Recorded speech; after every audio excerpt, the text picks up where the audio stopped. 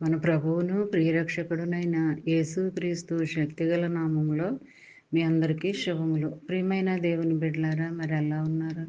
గతించిన దినమంతా ఆయన రెక్కల నీడలో మనల్ని అందరినీ కాపాడి నడిపించి పోషించి మరొక నూతనమైన దినంలో మనల్ని ప్రవేశపెట్టిన విధానాన్ని బట్టి మరొకసారి ఆయనకి వందనాలు చెల్లించుకుంటున్నామండి. మరి ఈ దినము దేవుడు మనకిస్తున్న వాగ్దానము కీర్తనల గ్రంథము 5వ అధ్యాయము 11వ వచనము. నిన్ను ఆశ్రయించు వారందరూ సంతోషించుదురు, నీవే వారిని కాపాడుదువు కనుక వారు నిత్యము ఆనందధ్వని చేయుదురు. ప్రియమైన దేవుని బిడ్డలారా, మరి ఇందులో ఆదరణకరమైన మాటలు, మరి దేవుణ్ణి ఆశ్రయించే వారందరూ కూడా ఎప్పుడు ఆయన కాపాడుతూనే ఉంటాడండి, వెన్నంటే ఉంటాడు.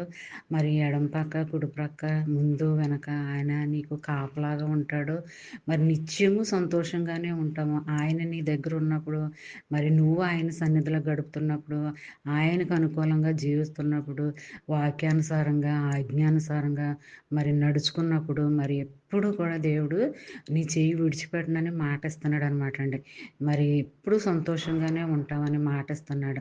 ఇలాంటి దీవెన ఆశీర్వాదకరమైన వాగ్దానాలు మన జీవితంలో కూడా నెరవేర్పు కలగాలని మనందరము కోరుకుందాము.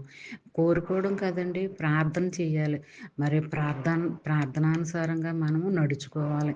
మరి ఎలాగ ఉన్నట్లయితే మరి దేవుడు వాగ్దానాలని మన పట్ల నెరవేర్పును కలిగిస్తాడనమాట. ఎప్పుడు కూడా వాగ్దానాల కొరకు ప్రార్థన చేసుకోవాలి. అలాంటి దీవెనకరమైన వాగ్దానాలు మన బ్రతుకుల్లో దేవుడు అనుగ్రహించాడు అంటే అది దేవుని యొక్క ఉచితమైన కృప.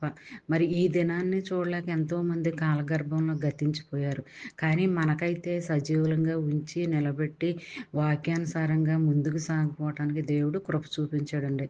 మరి ఈ దినమంతా ఈ వాగ్దానం నీ జీవితంలో, నా జీవితంలో, మనందరి జీవితంలో జరగాలని మనం కోరుకుందామండి. అందరి కోసం మనం ప్రార్థనలు చేయాలి. పితరుల పాపాల కొరకు కూడా మనం ప్రార్థన చేయాలి. మన కోసం మనం కాదండి, ప్రతి ఒక్కరి కోసం ప్రార్థన చేయాలి. వారి అవసరతల కొరకు ప్రార్థన చేయాలి. అప్పుడు నీ అవసరత కొరకు వారు చేస్తారనమాట. అలాగ చేయడం వల్ల దేవునికి మనము దగ్గరగా ఉండగలుగుతాం అనమాట అండి. వాక్యానుసారంగా మనం బ్రతుకుదాము. ఈ దినమంతా ఈ వాగ్దానం నీ జీవితంలో, నా జీవితంలో, మన అందరి జీవితంలో జరగాలని కోరుకుంటూ గాడ్ బ్లెస్ యూ.